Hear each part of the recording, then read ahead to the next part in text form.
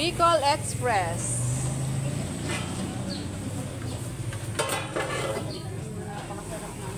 Meron po kaming chop suey. Chop suey. Para may gataan. At saka po, ginasang sitaw with kalabasa.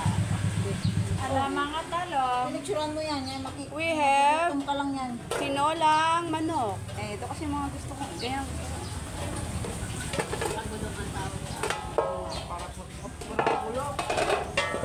Alam mga talong. Shanghai. And lumpiang toge. Alam mga talong. Ito, tinutusok lang to.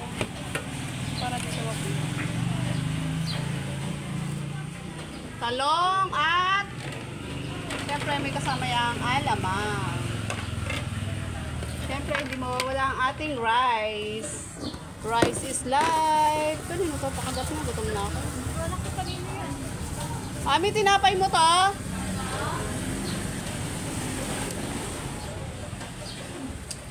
Ayan po ang mga ulam natin sa umaga ng umaga.